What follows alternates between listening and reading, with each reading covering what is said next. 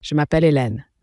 J'ai 63 ans et je vis seule dans une petite ville de l'Est de la France, non loin de Metz. Veuve depuis bientôt 9 ans, je me suis accrochée à la vie grâce à une seule certitude, ma famille. Tout ce que j'ai possédé, tout ce que j'ai gagné, je l'ai investi dans mon fils unique, Damien, et sa femme Claire. Ils sont mes seuls repères, même si, avec les années, j'ai parfois eu l'impression d'être davantage une présence tolérée qu'une mère aimée. Au printemps dernier, j'ai voulu faire un cadeau, un vrai, comme on n'en fait qu'une fois dans une vie. J'avais épargné patiemment, chaque pension mise de côté, quelques bijoux vendus en secret, et même le petit héritage que j'avais reçu de ma tante. Au total, près de 19 000 €. Avec cette somme, j'ai réservé un séjour d'1 semaine pour nous 3 à Nice, dans un hôtel sur la promenade des Anglais face à la mer. Je voulais offrir à mon fils et à sa femme cette douceur du Sud, cette lumière qui efface les rides de l'âme. Je m'imaginais déjà leur sourire reconnaissant, leurs bras autour de mes épaules. J'ai annoncé la surprise un dimanche, autour de la table. Je tremblais en posant les billets imprimés sur la nappe. Claire a laissé échapper un « oh » exagéré. Damien a levé les sourcils, puis s'est contenté de me remercier d'un ton distrait. Mais je me suis accrochée à l'idée qu'au fond, ils étaient heureux. Le jour du départ, je me suis levée à 4 heures du matin. Mon sac était prêt depuis 2 jours, chaque vêtement soigneusement plié. J'avais même glissé dans une pochette un petit carnet pour noter mes impressions. C'était mon rêve, une semaine hors du quotidien, à partager avec eux. À la gare de Metz, le hall bourdonnait de voyageurs. J'ai rejoint Damien et Claire devant le quai. Ils étaient élégants, détendus, chacun un café à la main. Moi, j'avais les mains moites autour de ma valise à roulettes. Le train pour Nice était annoncé. Mon cœur battait fort. Mais c'est là que tout a basculé. Quand je me suis approchée du portique, le contrôleur a scanné mon billet et a secoué la tête. « Madame, ce titre n'est pas valable pour ce trajet. » J'ai cru à une erreur. J'ai sorti mes papiers, les mails de confirmation. L'homme a répété, implacable. « Ce billet a été émis, mais il n'a pas été confirmé. Il n'y a pas de réservation à votre nom. » Je me suis tournée vers mon fils. Il m'a regardé avec un mélange d'agacement et de gêne. Puis il a lâché devant tous les voyageurs. « Maman, j'ai oublié de valider ton billet. Ce n'est pas grave, tu peux rentrer chez toi. » Ces mots m'ont transpercé. « Rentrez chez vous. » Comme si tout cela n'avait été qu'un caprice inutile. J'ai senti mon visage se vider de sang. Les passants me regardaient, certains avec pitié, d'autres avec curiosité. Claire, elle, n'a pas levé les yeux de son téléphone. J'ai voulu protester, expliquer que j'avais payé, que j'avais tout organisé. Mais ma voix s'est étranglée. Le contrôleur attendait, les voyageurs s'impatientaient, et Damien, mon fils, mon enfant, pour lequel j'avais tout sacrifié, a simplement haussé les épaules. « On ne peut pas rater le train, Claire. Allez, viens. » Ils sont passés sans se retourner. Je suis restée seule sur le quai, avec ma valise et mon billet rejeté. Autour de moi, le train a soufflé, puis s'est éloigné, m'emportant tout ce que j'avais espéré. Le silence après le départ a été assourdissant. Je me suis assise sur un banc métallique. Mes mains tremblaient tellement que le carnet que j'avais préparé est tombé à terre. Une larme a glissé sur ma joue, mais je l'ai essuyée rapidement. Je ne voulais pas qu'on voie ma honte. J'ai repris le bus du retour, sans un mot, le cœur piétiné.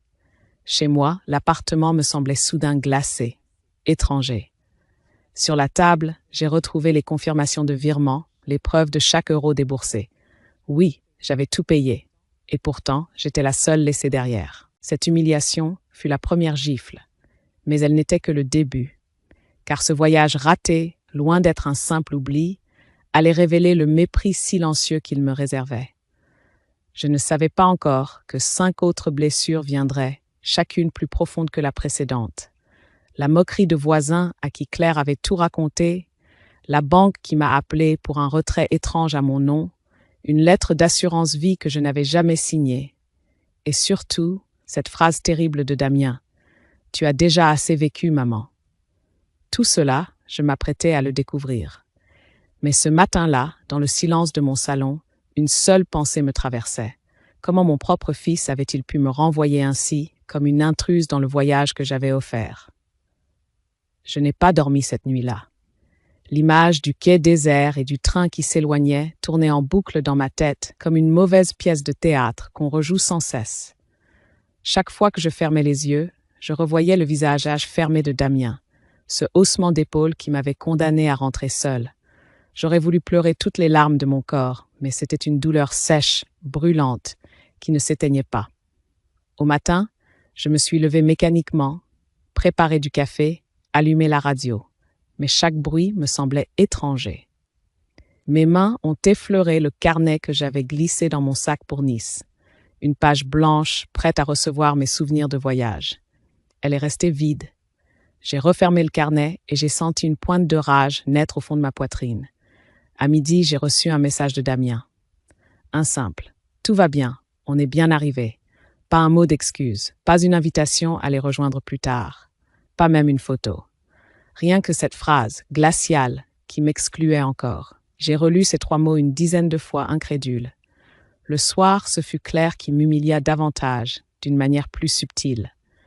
Une voisine, Madame Perrin, m'a croisée devant l'immeuble et a lancé d'un ton malicieux. « Alors Hélène, on m'a dit que vous aviez voulu partir en vacances, mais qu'il y avait eu un petit contretemps. » Ses yeux brillaient de curiosité mauvaise. J'ai compris aussitôt, Claire avait parlé. Elle avait transformé mon humiliation en anecdote mondaine. J'ai senti mon visage s'enflammer, mais je n'ai rien répondu. J'ai continué mon chemin, le dos droit, tandis qu'elle restait plantée là, amusée de mon silence. Quelques jours plus tard, un appel de ma banque a ajouté à ma confusion. Une conseillère, polie mais ferme, m'a demandé si j'avais bien validé un retrait de 3 000 € effectué à Marseille. Mon cœur a failli s'arrêter. Non. Évidemment, je n'avais jamais été à Marseille. J'ai bredouillé une réponse, assuré que ce n'était pas moi. La conseillère a promis de lancer une vérification. Quand j'ai raccroché, une sueur froide m'a envahi. Quelqu'un utilisait mon identité. Mais qui avait accès à mes papiers, à mes coordonnées? Je n'ai pas eu besoin de chercher longtemps. Damien s'était occupé de mes comptes en ligne, soi-disant pour m'aider, quand j'avais eu des difficultés à comprendre les procédures numériques. Avait-il profité de cette confiance pour s'emparer de mon argent? Je n'osais pas y croire, et pourtant, une certitude commençait à germer. Le 3e coup est arrivé par la poste. Une enveloppe officielle à mon nom, avec le logo d'une compagnie d'assurance. Dedans, un contrat d'assurance vie signé, de ma main, ou du moins une imitation grossière. Je n'avais jamais souscrit un tel contrat, encore moins pour désigner Damien comme unique bénéficiaire. J'ai senti mes jambes trembler. Était-ce possible? Mon propre fils avait-il osé falsifier ma signature? Je me suis assise à la table, les papiers étalés devant moi, et j'ai respiré profondément. Mon esprit, d'abord engourdi par la douleur, commençait à se réveiller. Les pièces du puzzle s'assemblaient. Ce n'était pas un simple oubli de billets. C'était une mise à l'écart, calculée, orchestrée, peut-être même un plan bien plus sombre que je n'osais l'imaginer. Le lendemain, j'ai reçu un appel vidéo.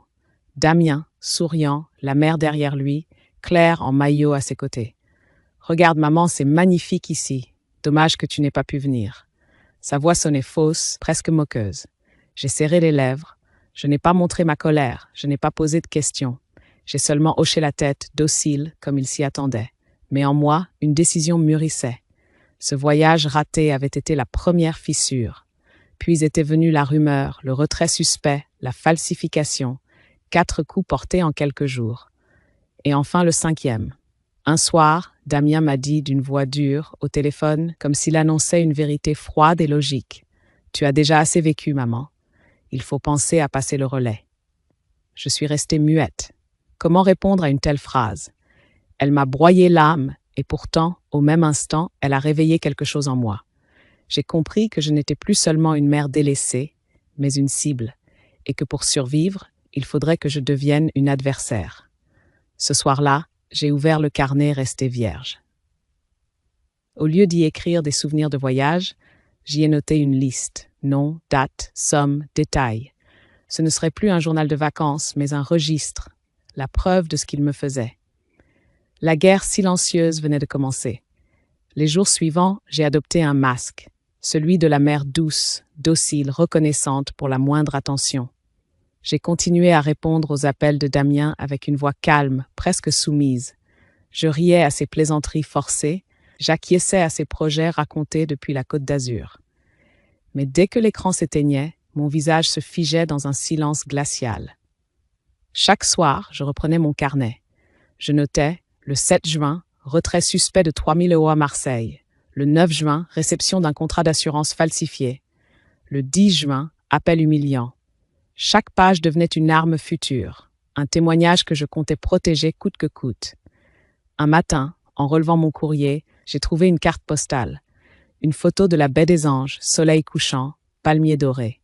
Au dos, 3 mots griffonnés. On pense à toi. Sans signature. J'ai reconnu l'écriture de Claire, fine, penchée, prétentieuse. Ce n'était pas une pensée tendre, c'était une provocation. Il voulait que je sache qu'il profitait, sans moi, de mon argent et de mes rêves. Je n'ai rien répondu, mais dans mon silence, une décision mûrissait. Je devais me protéger légalement. Ce n'était plus une affaire de honte privée, c'était une question de survie.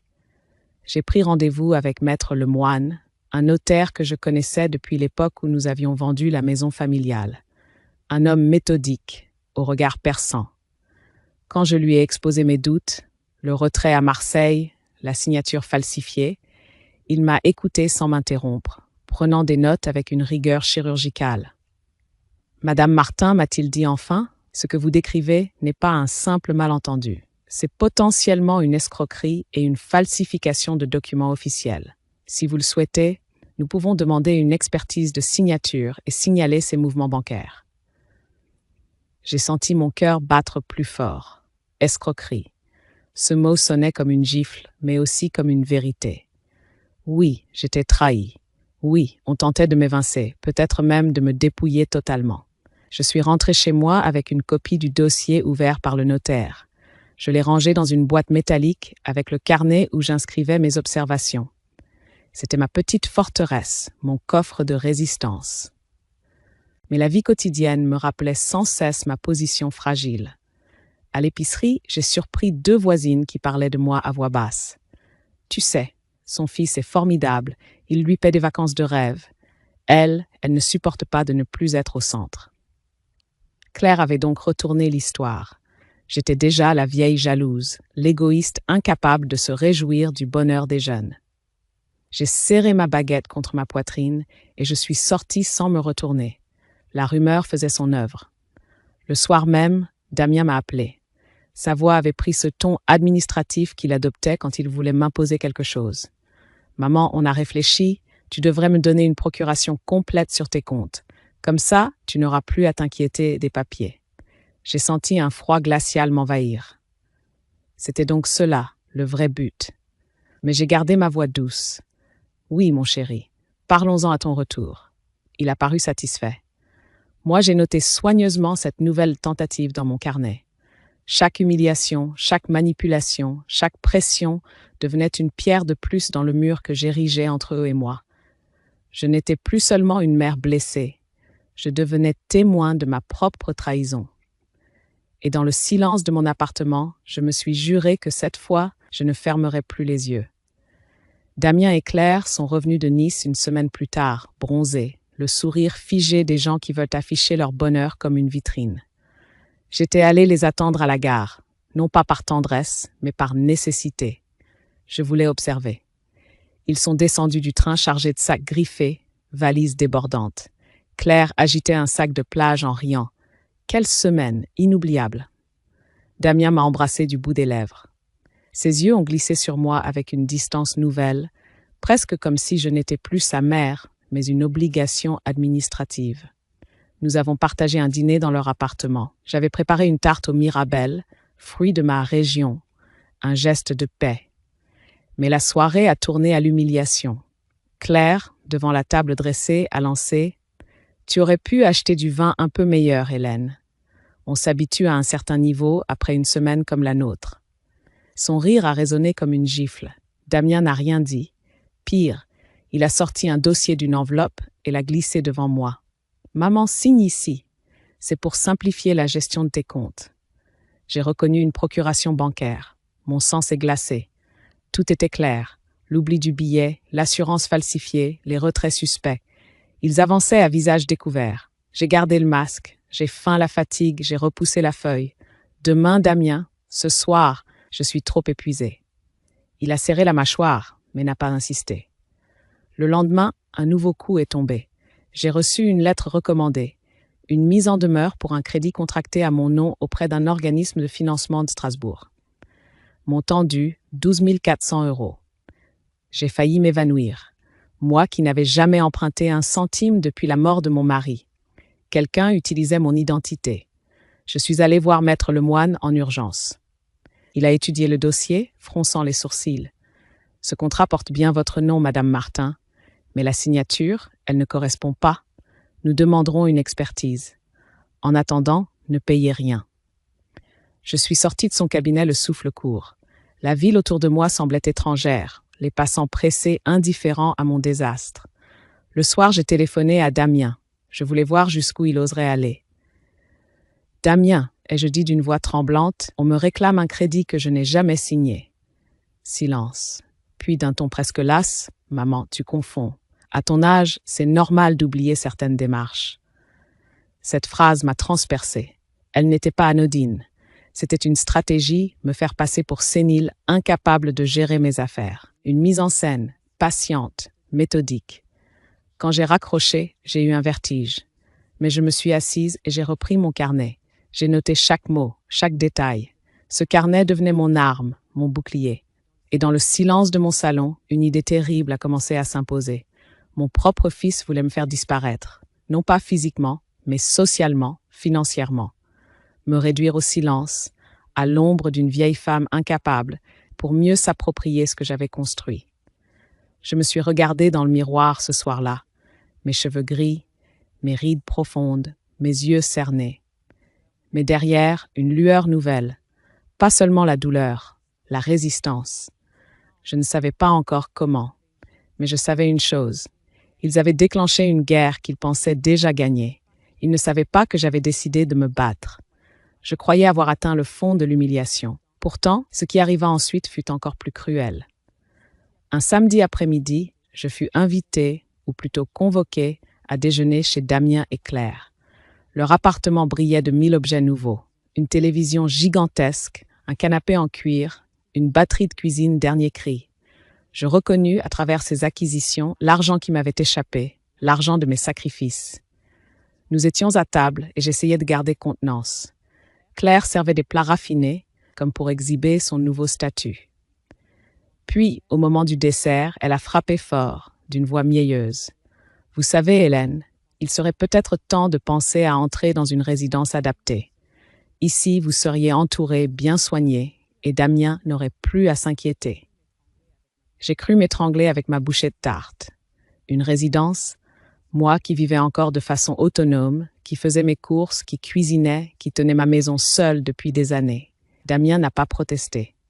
Il a simplement hoché la tête, comme si cette idée allait de soi. J'ai reposé ma cuillère avec lenteur. J'ai senti mes mains trembler sous la table. C'était clair. Il voulait me pousser dehors, m'enfermer dans un rôle d'invalide pour mieux s'approprier mon appartement et mes économies. 2 jours plus tard, l'humiliation est devenue publique. Au marché, alors que je choisissais des tomates, j'ai entendu 2 voisines discuter derrière moi. « Tu sais, son fils veut la mettre en maison de retraite. C'est pour son bien, paraît-il. Elle ne se rend plus compte de rien. » Mon cœur s'est serré. J'ai compris que Claire avait déjà répandu cette version. On me peignait comme une vieille femme perdue, dépassée. Cette rumeur m'a poursuivie jusque chez la pharmacienne, qui m'a demandé d'un ton compatissant si j'avais besoin d'aide pour gérer mes ordonnances. J'ai senti mon visage brûler. J'ai remercié sèchement et je suis sortie la tête haute, même si, au fond, j'avais envie de disparaître. Puis vint le coup le plus dur. Un soir, Damien est passé chez moi sans prévenir. Il a regardé autour de l'appartement avec un air d'évaluation, comme un agent immobilier. Enfin, il a lâché. « Maman, cet endroit est trop grand pour toi. On pourrait le vendre et placer l'argent. Claire et moi t'aiderions à gérer tout ça. » Ces mots étaient comme une condamnation. Vendre mon appartement, le seul lieu où chaque mur portait les traces de ma vie avec mon mari, chaque meuble imprégné de souvenirs, c'était plus qu'une proposition. C'était un arrachement. Je l'ai fixé droit dans les yeux. J'ai senti une froideur monter en moi, une détermination nouvelle. J'ai répondu doucement, « Nous en reparlerons, Damien, pas ce soir. » Mais dans mon cœur, la décision était prise. Je n'allais plus me contenter de noter les humiliations dans mon carnet. Il fallait agir. J'ai ouvert le tiroir où je gardais mes papiers et j'ai commencé à rassembler tout ce qui pouvait prouver leur manœuvre. Relevé bancaire, copie du contrat falsifié, lettres de la banque, témoignages de mes voisines qui avaient entendu leurs insinuations. Ils pensaient que j'étais déjà vaincue. Mais ce qu'ils ignoraient, c'est qu'à chaque blessure, ma résistance grandissait. Ce soir-là, seule dans mon salon, j'ai senti une énergie nouvelle couler dans mes veines. Je n'étais plus la mère humiliée, ni la veuve fragile. J'étais une femme en train de préparer sa revanche, silencieuse, méthodique, implacable. Et pour la première fois depuis des semaines, je me suis endormie avec un sourire. Les jours suivants, je me suis transformée en actrice. Aux yeux de Damien et de Claire, je restais la mère fatiguée, docile, prête à accepter leurs décisions. Mais en secret, chaque geste, chaque mot, chaque humiliation supplémentaire venait nourrir mon dossier. Un mercredi matin, j'ai reçu un appel de la directrice de la résidence pour personnes âgées du quartier. Elle m'a annoncé, avec une douceur presque condescendante, « Madame Martin, nous avons bien reçu la demande de votre fils pour une visite de nos installations. Nous serions ravis de vous accueillir la semaine prochaine. » J'ai failli laisser tomber le combiné. Damien avait donc osé organiser ma mise à l'écart sans même m'en parler. Une colère sourde a grondé en moi, mais j'ai répondu d'une voix paisible. « Merci, madame. Je viendrai, bien sûr. » Je savais que je ne mettrais jamais les pieds dans cet endroit, mais cette visite prévue serait une preuve supplémentaire de leurs intentions. 2 jours plus tard, nouvelle humiliation. En allant retirer un peu d'argent à la banque, ma carte est avalée par le distributeur. Un employé m'a expliqué, gêné, que mon compte avait été placé sous surveillance particulière à la demande de mon fils, qui avait signalé des comportements incohérents de ma part. En clair, Damien me faisait passer pour sénile auprès de ma propre banque. Je suis sortie, les mains glacées, mais dans ma poche, j'ai gardé soigneusement le papier qui confirmait cette mesure. Une preuve de plus. Le dimanche suivant, ils m'ont invité à déjeuner. Je me suis rendue chez eux avec un calme étudié. La table était dressée, impeccable, mais l'air était lourd de sous-entendus. Claire m'a observé en me servant du poulet rôti, puis elle a lancé, avec un sourire venimeux. « Il faut admettre, Hélène, que tu te fatigues vite.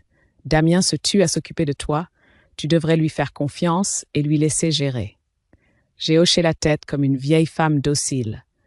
Mais intérieurement, j'ai noté chaque mot.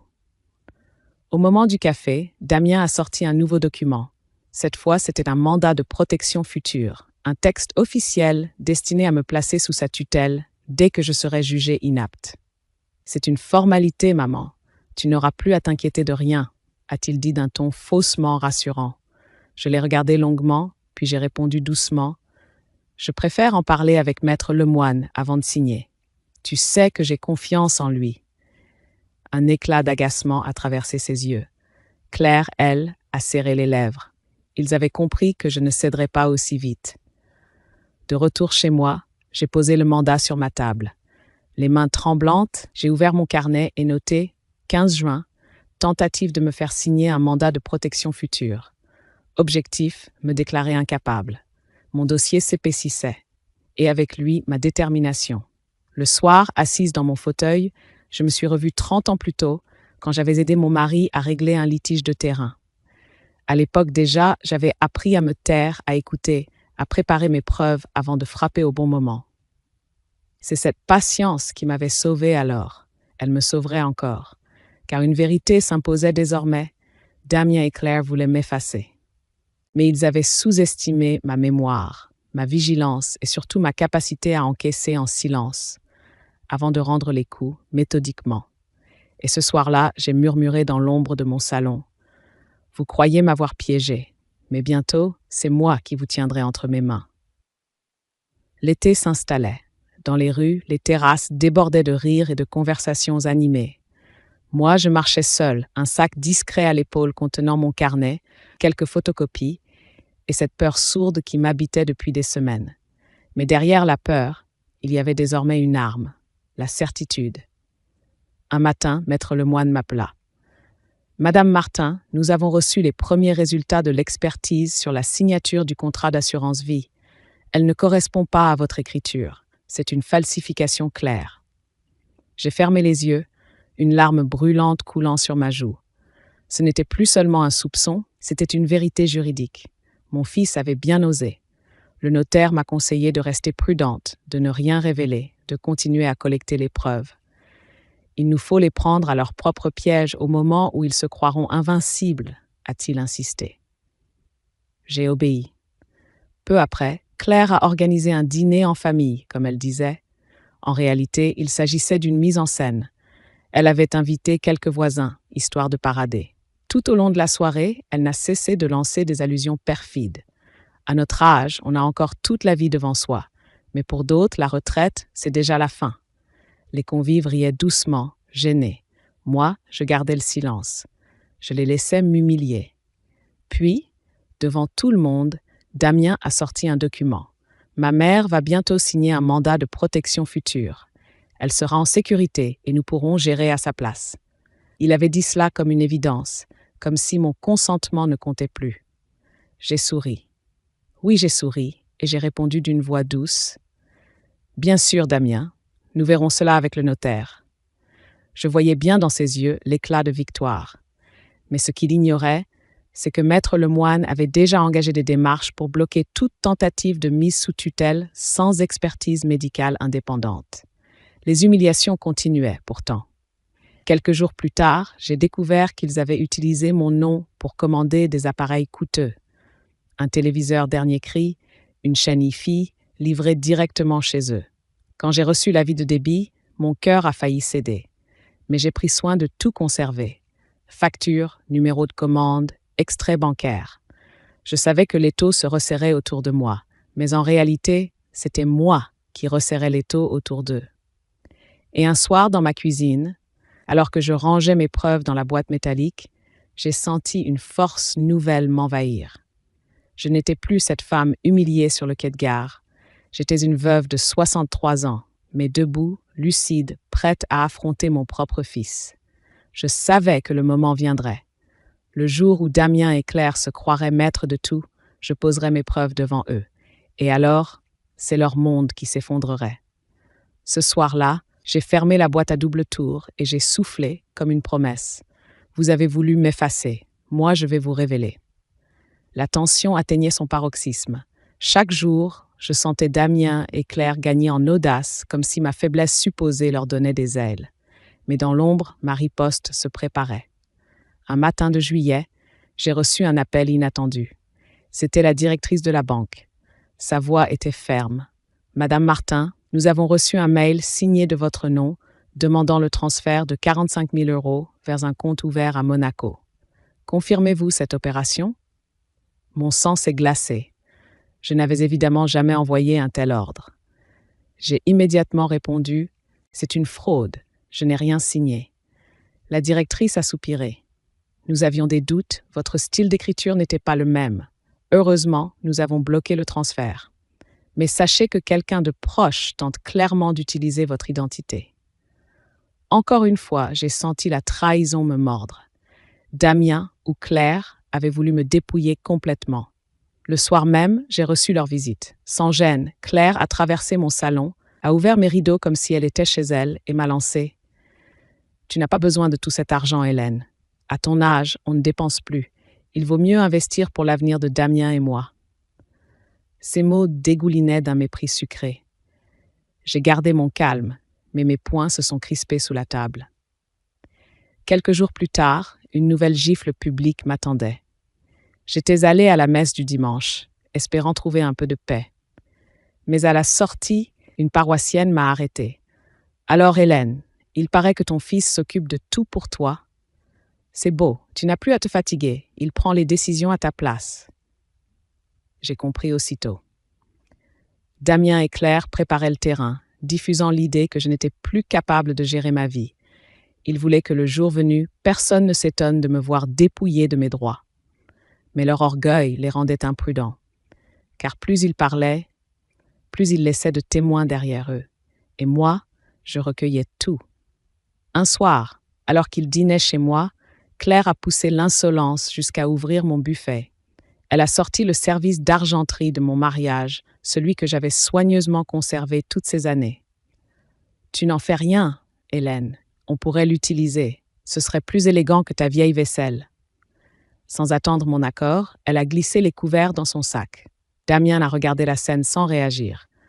J'ai senti ma gorge se serrer, mais je n'ai pas protesté. J'ai seulement noté, dès qu'ils furent partis, « Argenterie volée le 24 juillet. » Témoin, aucun. Chaque humiliation, chaque vol, chaque mensonge s'ajoutait au dossier que je bâtissais comme une forteresse invisible. Ce soir-là, seule face à la glace, je me suis observé longtemps. Mes rides, mes cheveux gris, ma silhouette un peu voûtée. Oui, j'étais vieille. Mais derrière ce visage marqué se cachait une volonté plus solide que la pierre. Et je me suis promis que le jour où il viendrait réclamer tout ce qui me restait, mon appartement, ma dignité, mon identité, je serais prête à les recevoir. Prête à dévoiler, devant témoins, devant la loi, qui ils étaient réellement. Le mois d'août arriva avec sa chaleur suffocante. Dans mon petit appartement au volet tiré, je continuais mon travail de fourmi. Chaque soir, j'ajoutais une pièce de plus à mon dossier. Je savais que le moment approchait. Un dimanche, Damien est venu seul. Son visage était fermé, sa voix tendue. Il a posé brutalement une pile de papier sur ma table. « Maman, il faut signer. On a déjà trop attendu. » Je me suis assise, le cœur battant, et j'ai feuilleté le document. C'était un acte de vente. Mon appartement, mon refuge, mon dernier ancrage. Tout y était, l'adresse, l'évaluation, le prix de vente, et déjà le nom d'un acquéreur. Je levai les yeux, stupéfaite. Damien évitait mon regard. « Tu n'as plus besoin de cet endroit, a-t-il murmuré. Claire et moi avons trouvé mieux pour toi. Une petite chambre en résidence. Tout sera plus simple. » Un silence lourd a envahi la pièce. J'ai senti mes mains trembler, mais je me suis maîtrisée. J'ai répondu d'une voix douce. « Oui, Damien. Bien sûr, mais pas sans mettre le moine. » Il a serré les poings. Ses yeux se sont assombris, puis il a ramassé les papiers et il est parti sans un mot. Le lendemain, j'ai reçu un coup de téléphone du notaire. Sa voix était grave. « Madame Martin, j'ai appris que votre fils cherchait à vendre votre bien.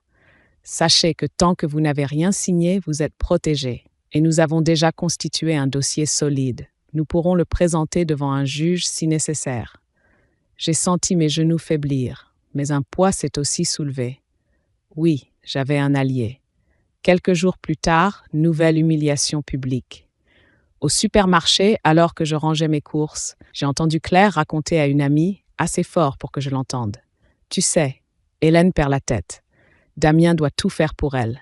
C'est triste, mais au moins, elle sera bientôt entre de bonnes mains. » Leur rire étouffé résonnait encore quand je suis sortie, le cœur serré.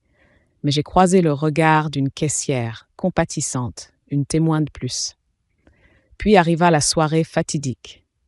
Damien et Claire m'ont invité chez eux pour discuter sérieusement. L'appartement brillait de luxe nouveau.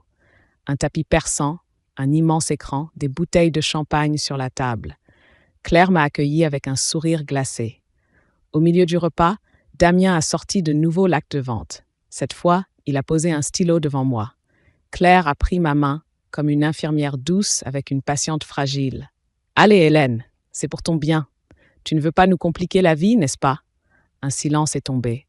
J'ai senti la colère, la honte, la douleur m'envahir. Mais j'ai retenu mes larmes. J'ai seulement dit « Je comprends. Mais laissez-moi relire tranquillement. » J'ai glissé le papier dans mon sac. Et ce soir-là, en rentrant, j'ai ouvert ma boîte métallique. Dedans, j'ai rangé l'acte de vente aux côtés des autres preuves. Puis j'ai fermé le couvercle. Le piège était prêt. Il croyait me tenir. Mais c'était moi qui, désormais, les tenais. Le jour du rendez-vous décisif arriva.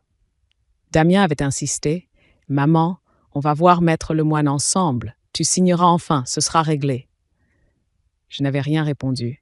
J'avais seulement acquiescé d'un signe de tête. Dans la salle du notaire, l'air sentait l'encre et le bois ciré. Damien et Claire, assis en face de moi, semblaient déjà victorieux. Claire avait même sorti son rouge à lèvres le plus éclatant, comme pour fêter d'avance leur triomphe. Maître Lemoine entra, dossier en main. Il s'installa, posa ses lunettes sur son nez et commença calmement. Avant toute signature, je dois vous présenter certains éléments que j'ai reçus. Il ouvrit le dossier, et l'enfer se déchaîna. Les photocopies des retraits suspects, le contrat d'assurance vie falsifié, les tentatives de transfert vers Monaco, le mandat de protection future préparé sans mon accord, les témoignages de voisins, les rumeurs semées, l'appel de la résidence. Tout était là, classé, relié, irréfutable. Damien blêmit. Claire serra sa mâchoire, ses ongles s'enfonçant dans son sac à main. Le notaire poursuivit d'une voix ferme. Madame Martin a tout consigné, jour après jour. Nous avons transmis ces preuves à un huissier. Une plainte pour escroquerie et falsification est prête d'être déposée. Je vous conseille vivement de réfléchir avant d'aller plus loin. Le silence dans la pièce était assourdissant. J'entendais mon propre cœur battre. J'ai levé les yeux vers mon fils. J'y ai vu, pour la première fois, non pas de l'arrogance, mais de la peur. J'ai pris la parole, ma voix tremblante mais claire. Damien, tu voulais m'effacer. Tu pensais que j'étais trop vieille, trop faible. Mais tu as oublié une chose, c'est moi qui t'ai appris à marcher. Et je sais encore me tenir debout. Claire a voulu protester, mais Maître Lemoine l'a interrompu sèchement. Madame, tout est documenté. La justice tranchera. Je me suis levée. J'ai rangé calmement mes affaires. Puis, en passant devant eux, j'ai ajouté « Vous m'avez humilié, sali, volé. Vous m'avez traité comme une charge. Mais désormais, ce fardeau, c'est vous qui allez le porter. » Je suis sortie, la tête haute, le dos droit. Dans la rue ensoleillée, l'air m'a semblé plus léger. Ce jour-là, je n'avais pas seulement sauvé mon appartement ou mes économies. J'avais repris ma dignité. Le soir, assis seul à ma table, j'ai ouvert mon carnet une dernière fois. Sur la dernière page, j'ai écrit ces mots. À toutes celles qui se taisent, qui encaissent, qui pleurent en silence, ne laissez jamais qu'on vous vole votre vie. L'âge n'est pas une faiblesse, c'est une force, une mémoire, une arme. Moi, Hélène, 63 ans, j'ai appris qu'on peut être trahi par son propre sang. Mais j'ai aussi appris que le silence, quand il s'arme de vérité, peut devenir une vengeance implacable. Et j'ai refermé le carnet. Cette fois, ce n'était pas la fin d'une humiliation, c'était le début d'une liberté retrouvée.